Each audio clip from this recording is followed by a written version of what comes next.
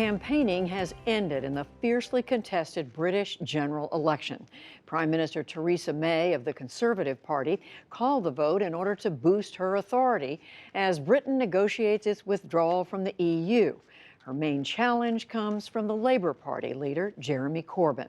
But the campaign has been overshadowed by two recent terrorist attacks. Special correspondent Malcolm Brabant reports from London.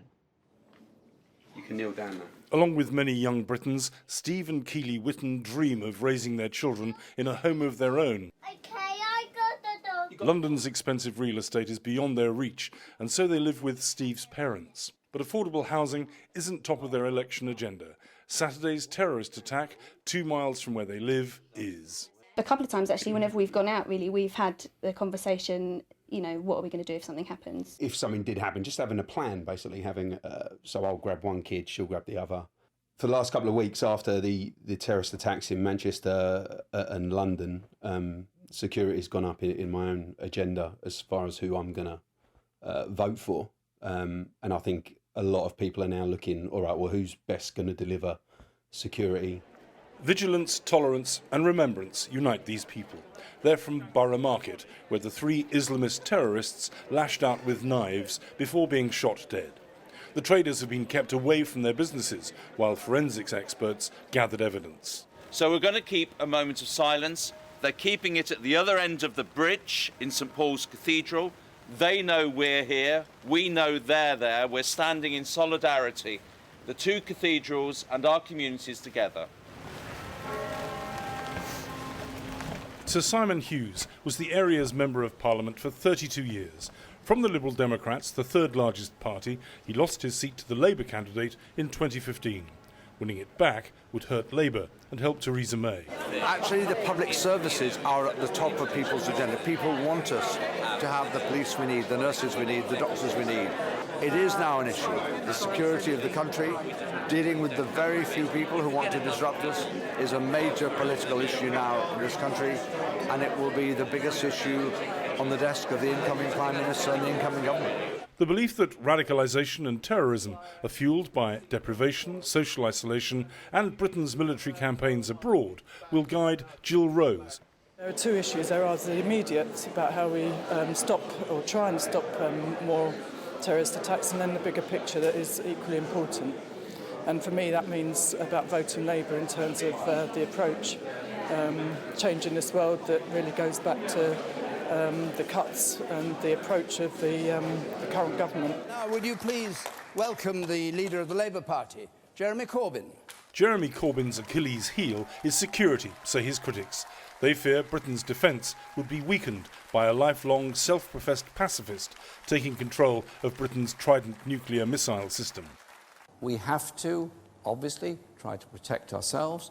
We would not use it as first use, and if we did use it, millions are going to die. You have to think this thing through. Close down NATO! This Conservative ad uses Corbyn's past and words to attack him. Abolish their army. Fight all the cuts except those in the armed forces. Our friends from Hezbollah, our friends from Hamas. I don't think people need fear because he said something 30 years ago or appeared with somebody.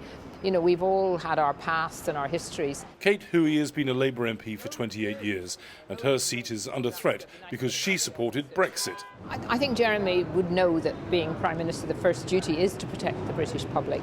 And I think even though he has said things in the past, people grow into a job. And I think I've seen changes in Jeremy. I've known him for a very long time. And even over the last year, I've seen how he's changed in terms of the way he puts his views. Please welcome the leader of the Conservative Party, the Prime Minister, Theresa May. When Theresa May called the snap election in April, the Conservatives were 17% ahead of Labour.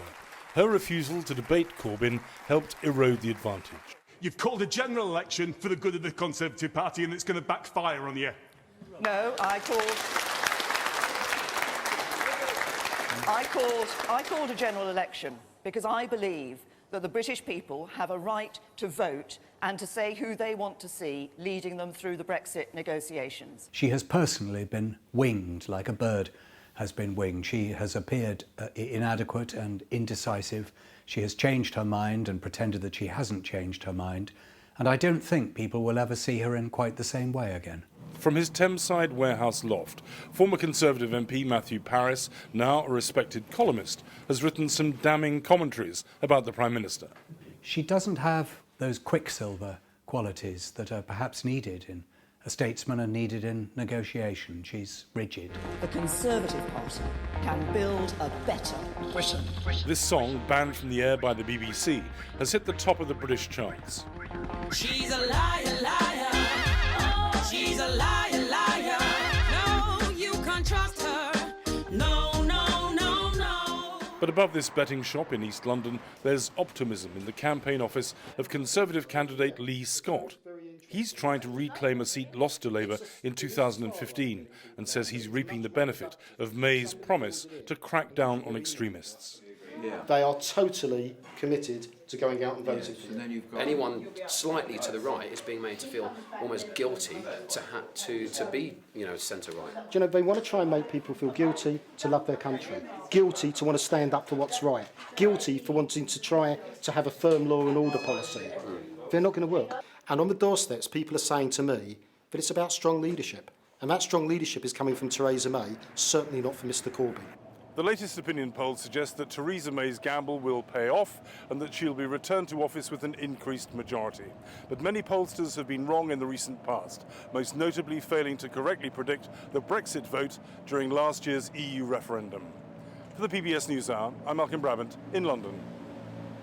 Thank you, Malcolm, and we'll be back shortly with our series done by students, Limitless, about people living with disabilities. But first, take a moment to hear from your local PBS station.